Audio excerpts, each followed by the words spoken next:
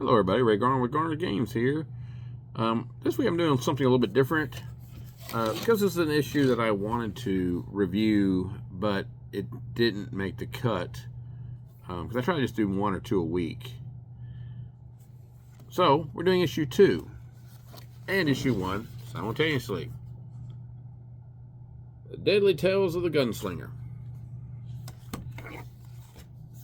Well, these books are brought to us by Jimmy, and I'm going to hope I get your last name right here. Palmiotti.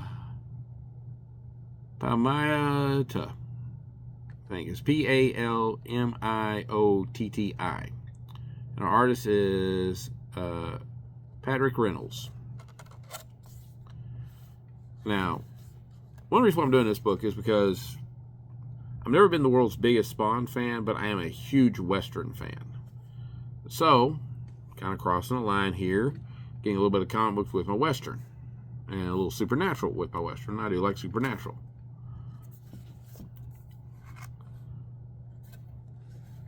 So we start off with a fire going.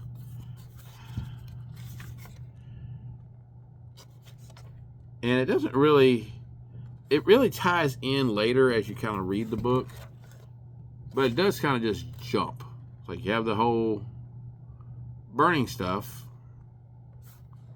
and a little bit of like what's going on, but not enough to really tell you anything that's going on. And then we switch over to Gunslinger, Colorado.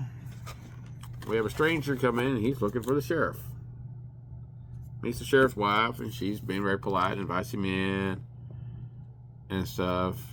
And he even choked at one point when he goes, she goes, okay, if you won't mind me asking, what's your business with my husband?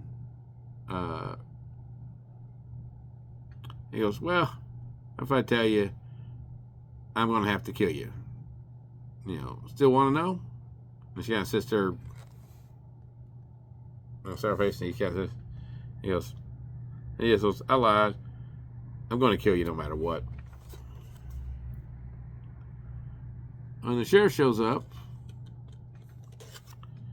she's already dead, and he guns down the sheriff, and he buries him. We do get this slight little weird image, which will be explained at the very end of the book.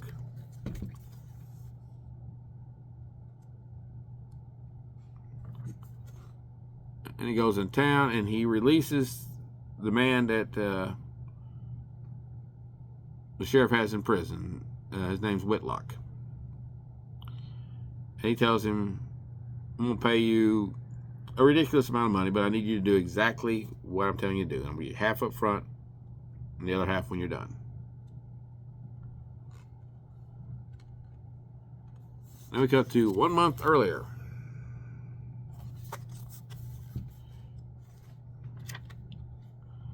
And his family is being robbed. And this guy who refers to himself as nobody, he does stop to help the family. And, you know, the wife offers a cross to help protect him. And he says, thank you, but I protect myself. And he goes, well, at least tell us your name. Nobody. Then we cut back to current time. There's a lady being taken by some people. And once again, our hero guy shows up with knives in hand, killing the guy by throwing a knife into his skull, which, so how thick a skull is, that's actually pretty impressive. He tells her to take off. And he starts to fight him. Of course, he's outnumbered. So they beat him down. And then they tie him to a horse. And it was a classic, you know, death drag. As he's drug out into the woods, across the prairie. And he feels like he's fixing to die. The horse is going to give up on him. He's gotten loose from the horse. And he's in the woods. And the wolves show up. And his skin starts basically ripping apart. Hey, Onyx, you're not helping my video any.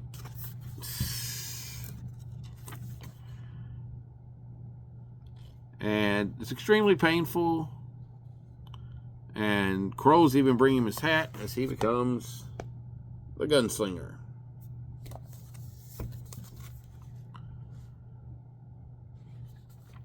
Then he goes off looking for Whitlock.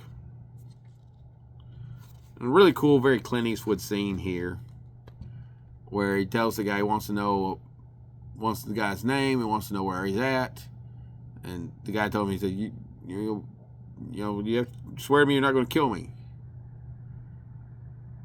And he kind of brags about what they did to the blonde, who's who he's looking for. And he got the gun pointing. He's like, we had a deal. I told you his name and where they are. You said you're not going to kill me. I'm not. And he shoots him through both kneecaps. And the wolves are going to think that they are.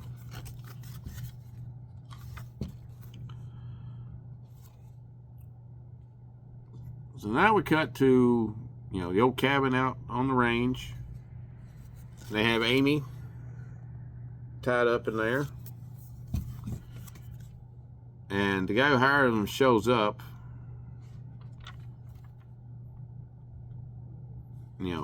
with more guns and the other half of the deal. And about that time, the Gunslinger showing up on the ridge. Then we get back to another flashback. And it's all the different times that he's felt some strong emotions: satisfaction, anxiety, powerless, jubilation, helplessness again.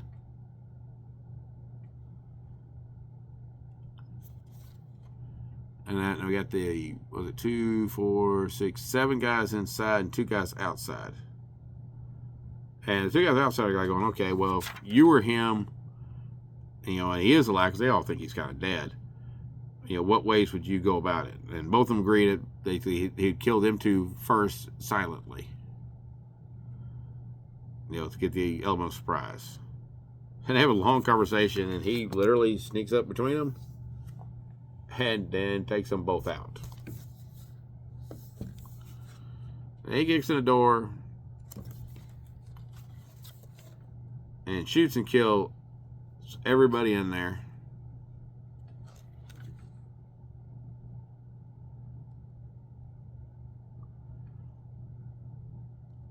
And he saves the girl and he starts riding off. And actually, I'm sorry, that's not Amy. That's just a blonde girl. I think she's one of the locals in town.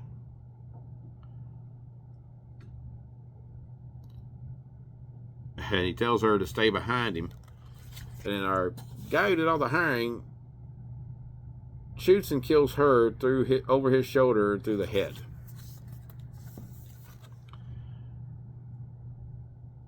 And we get a little long speech.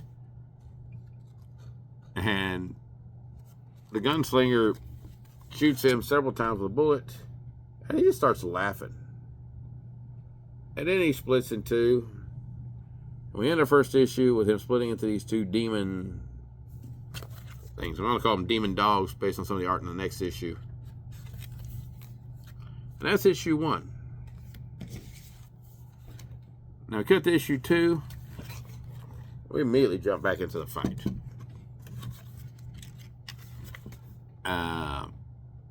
And they're mouthing at him, talking about your flesh ripping apart. Maybe we called you by another name, you would fight harder. And they call him by his real name, Tobias.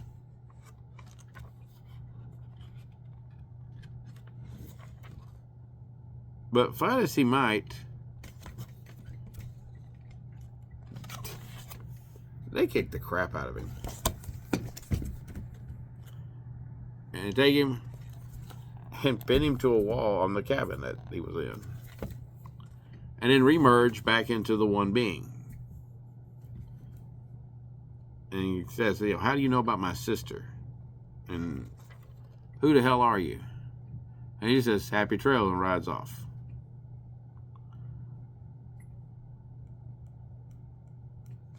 Well, then his wolves that befriended him show up, and he gets them to pull him loose, which slices his hand open where he's been knifed to the wall. And they drag him inside. And then we get another flashback. This is when he was in Chicago and much younger. And his dad ends up getting shot in the shoulder. And the doc is helping him out. And it's him and his sister, and she's obviously the smart one. And then that leads into some flashback with fire and stuff. And we have an image right before we go to this page of flames in her eyes. And he wakes up from that nightmare and gets on his horse and rides into town. And he is found, half dead on his horse by ladies who, obviously work like a brothel situation.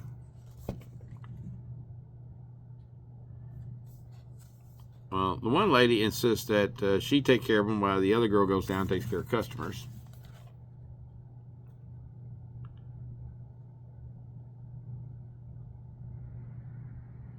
And she points out, she's talking about it because he's wanting information. And it doesn't really matter. He goes, "Why is that?" He goes, "Well, you're not leaving here alive." It's starting to feel an awful lot like I woke up in hell. And she goes, "We should be so lucky." And she goes, "What's your quarrel with me?" "It ain't personal. It's a favor for someone else. I hope you understand." He goes, "I'm not in the mood for understanding." And he just starts unloading on her. She falls out the window and looks, and there's just everybody outside is killed, just dead in the door now. So he starts hearing something coming, so he gets his guns all loaded up. And this issue ends. The ladies busting through the door, and they all kind of look like half vampires coming in to kill him. And we get ready for our next issue.